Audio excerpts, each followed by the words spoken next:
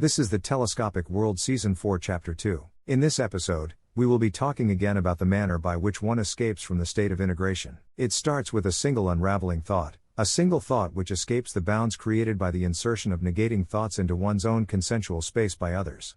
The archetypal definition afforded you by the displacement and substitution of your exigent thought processes. What is clear is that it requires the gradual accumulation of potency within that escaping thought, which generates a time delay between the anticipation of an event and the actuality of the event. In other words, by accumulating potency within that escaping thought, one is displacing one's linear experience of the world around you. Potency can be accumulated a number of ways. 1. Through the lateral, pattern-breaking action. 2. Through the unanticipated action, that is free of reactionary expectation.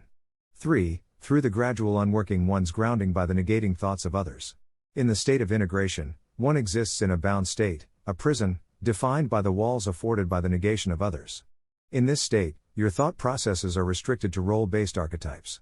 Creativity, the generation of new thought processes, is undermined both directly internally through the reactive emotionality of others and externally through the reactive negation of others.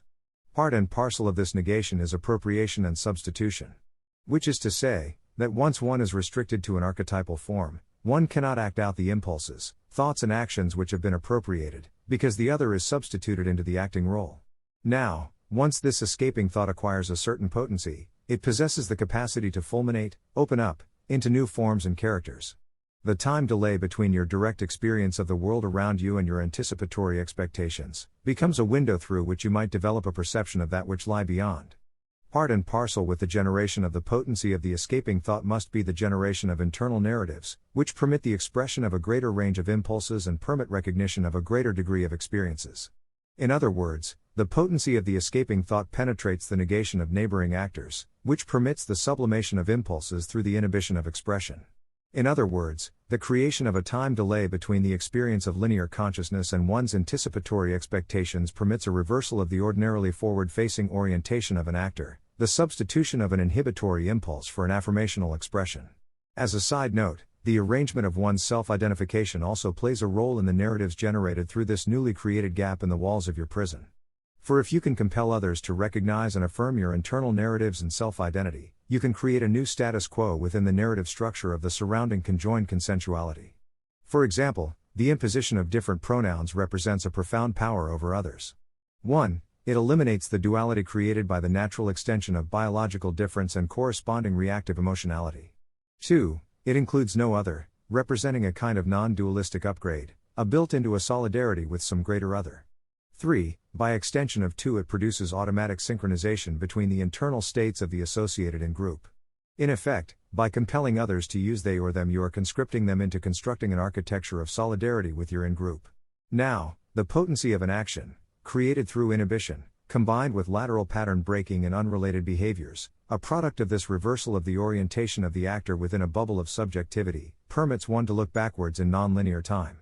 A perspective that not only allows one to substitute inhibition for expression, but also to anticipate the intentions of others. The anticipation of intentions is essential to prevent one from becoming entangled in their perceptions. Thus, a few comments may be added to our first principles. Namely, that one must never substitute an objective for a subjective, permit the attribution of an archetypal feature to oneself which is not the product of some internal narrative. Second, one must disentangle one's action from the projected intention which corresponds to the expectations created by the self-attributions of the other. Nevertheless, all of this is to say, that the space of negation, which becomes your home after leaving the prison of the conjoined consensuality, is also somewhat restricting, because it bespeaks of a kind of existence which is solitary. For in integration, you are bound into a fabric of identity through the negation of clear borders.